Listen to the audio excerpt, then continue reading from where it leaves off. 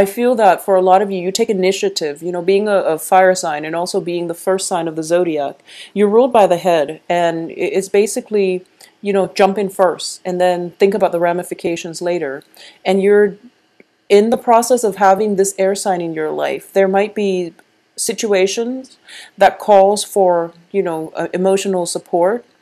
But instead of giving the emotional support, they might, you know, chime in and tell you how they feel, or tell you, you know, what they think.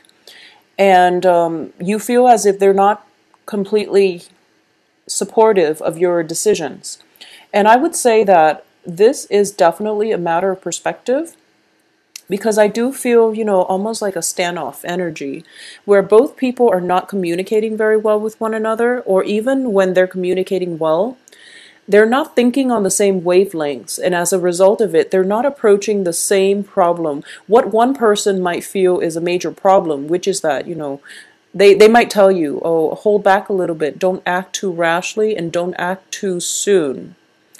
When in fact, you're just like, the time is now. You know, life is not all about waiting. So philosophically, you're at cross purposes with one another in the way that you assess life's situations, in the way that you make important life choices, okay? So I do feel this is a major challenge. It might have happened in the past. It's a recurring theme because both parties are showing up in the reverse position. This is also you. And there's something here. There's a situation here where you're starting to see eye to eye, but you're both not really acting on it. You're both on the defense about one another. So if this is a new air sign that you've never been in a relationship with, who you have romantic feelings for, or, you know, who you're contemplating whether or not you can pursue a love relationship with them, I do feel that one of the main challenges for this month is that for a lot of you, you're looking at regrets and pain and sorrow from the past. You're looking at, you're afraid that the healing hasn't really taken place yet, and as a result of it, you don't want to start anything new. So you're kind of like inaction. This is the King of Rods, which is a fire sign. So I'm reading this energy as you, which is that you don't really want to make a move. You don't really want to budge. You know what you should do, because kings are very strategic. Kings know what they want. They understand delay gratification, and they're very methodical when they do things, because they they have wisdom, and it's basically they take into account all parties involved. They don't just act on their own whims and on their own impulses, okay?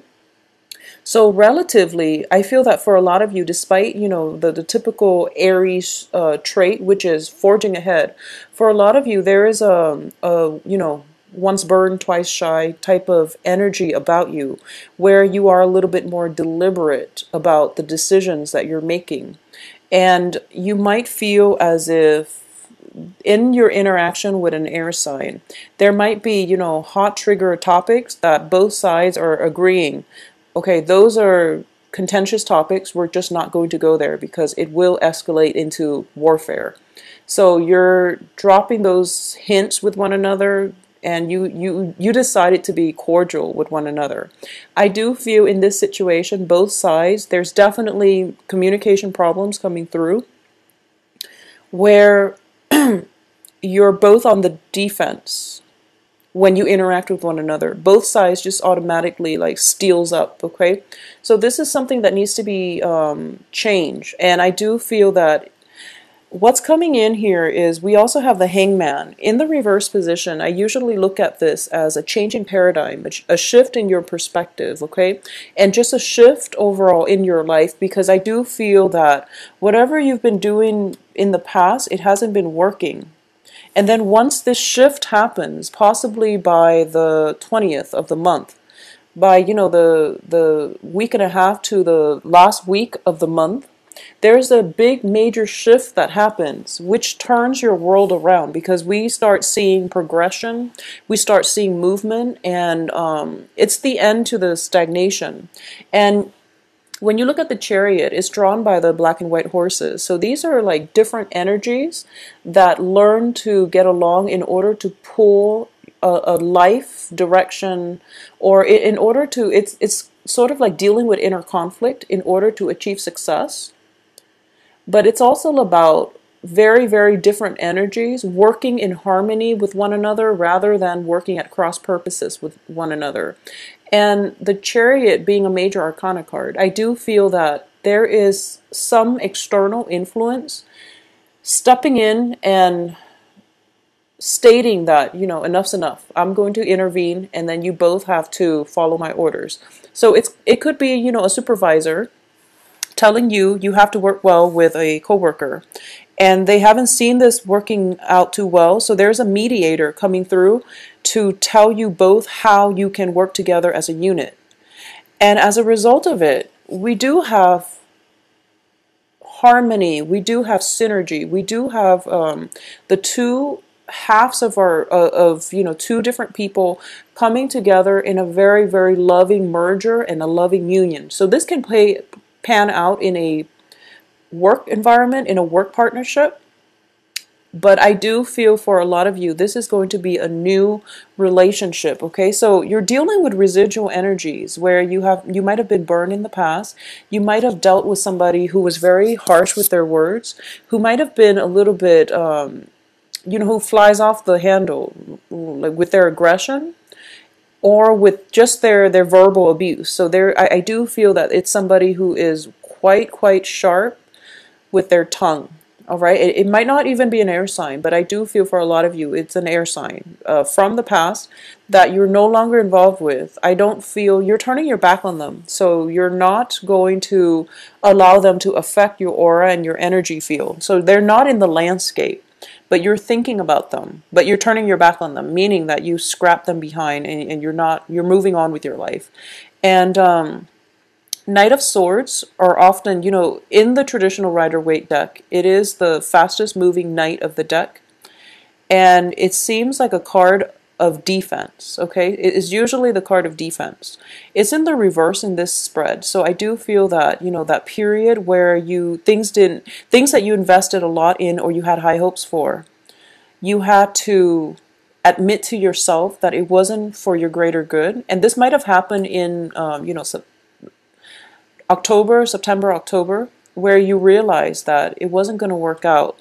So no matter how much you wanted it, no matter how much a lot of synchronicities might have seemed like it was ideal for you, you're going to have to let it go. And I feel that for a lot of you, this might have happened in September, in October, and you realize that you have to really let it go because it might seem like it was just, you know, destined for you, but it's not meant for you.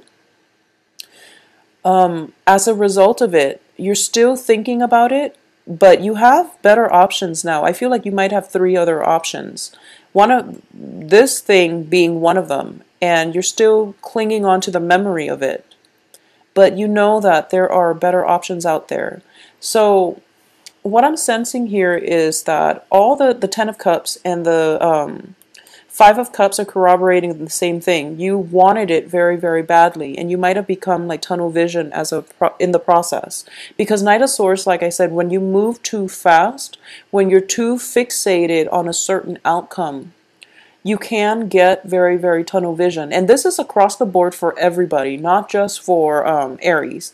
But I do feel the Knight of Swords is now in the reverse position, indicating to me that you're slowing down, you're taking the time to really enjoy life, you're taking the time to be appreciative as well of these 2 other options that you might have.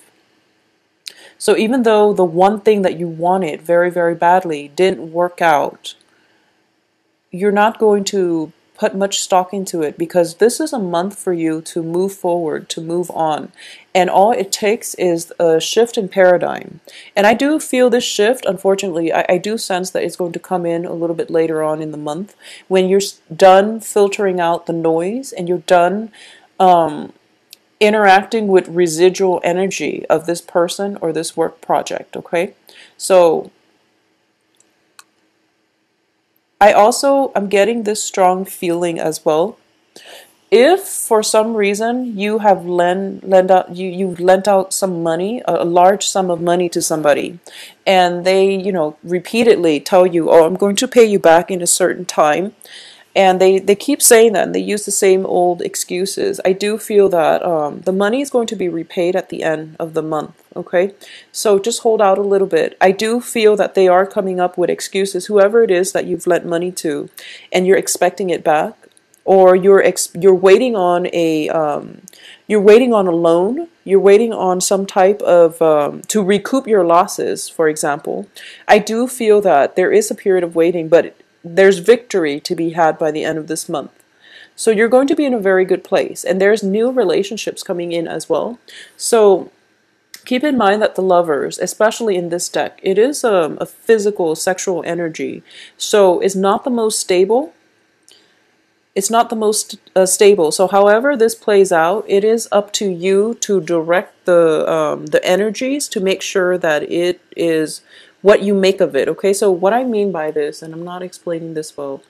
So once again, this is, just physical energy, lust, desire, and things like that. It's a positive card, I feel, but it depends who you're dealing with. So in this situation, I would say self-control is going to be required of you, okay? Because we do have the Chariot in front of it. So it's telling me that basically you have to reach this point where you are in control of your environment, where you are in control of your life, where you have a sense of direction, where you are able to fight through or conquer the inner conflict or the conflictual feelings that you have about somebody in order for you to find a sense of enlightenment. As a result of it, shifting your paradigm and shifting the situation around, looking at a situation from a different perspective, for example, or even taking a different approach to solving a very old problem, okay, or seeing somebody in a new light. You are going to be able to achieve this, and you are going to be able to see somebody in a brand new light, or this can just be new relationships coming in that is giving you the nurturing and the emotional support that you need. I'm actually going to pull out one more card here just to see what energies we're dealing with here with the lovers. So I got two. It's actually, we have the Knight of Pentacles, but once again, it is in the reverse position. So I do feel that when it comes to a work partnership, I just want you to know that you are definitely in control here. So if you're thinking about work negotiations, like salary negotiations, or even negotiations about a work partnership where, you decide on who gets a certain percentage share, this is definitely in your control, so you don't have to be afraid that if you ask for too much, they're going to rescind their offer, for example, okay? So this month is about self-mastery. It's about coming into terms with what it is that you're looking forward to, and it's all about, as well, looking at a situation with a little bit more depth and a little bit more breadth, okay? So what I mean by that is, with the fixation on the past disappointment, past relationships that might not have panned out the way you want, or past situations in which you invested a great deal of time, resources, money, love, affection, and it was going to the wrong place, and you ended up feeling very depleted. I feel that, I only see this with Aries. You can start out with heartache, and then by the end of the month, you're onto something new. So Aries and Geminis, I feel that there's a lot of Aries and Gemini dyads that are involved with one another. And both signs bounce back very, very quickly. So I do feel we're starting out the beginning of the month, and these cards might look a little bit problematic, but I do feel that you're dealing with residual energies. Because the month really happens basically on the 15th, when you're trying to sort through the memories, when you're trying to sort through, or you're trying to rebuild your life. and everything looks very great and very positive, and you do have a lot of good energies coming through, and finances, financial situations, loans and things like that are going to resolve themselves by the end of this month. Additionally, I do feel that, you know, once this shift in energy, this change in perspective happens, you're going to see that whatever it was that seemed very problematic was just a very minor blip on your radar, okay?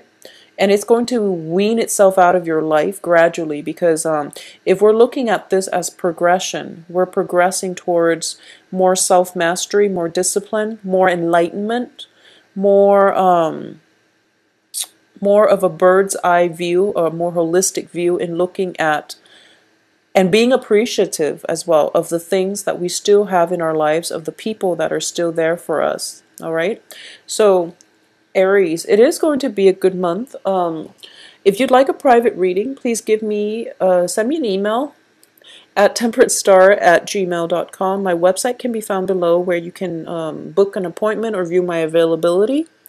And I hope you have a wonderful Thanksgiving. I do feel that, you know, this shift in paradigm happens around, well, it's going to happen sooner as well, but I do feel that being around close friends, close family members, and things like that are reminders of why you have so much to offer, and why you shouldn't let things from the past hurt you, okay? Because I do feel a lot of past energy, a lot of mental energies as well. A series of plans not coming to fruition, and as a result of it, you're going to a little bit of an introverted, reclusive mode, but you really should break out of it, okay? Because new love situations are coming through for you.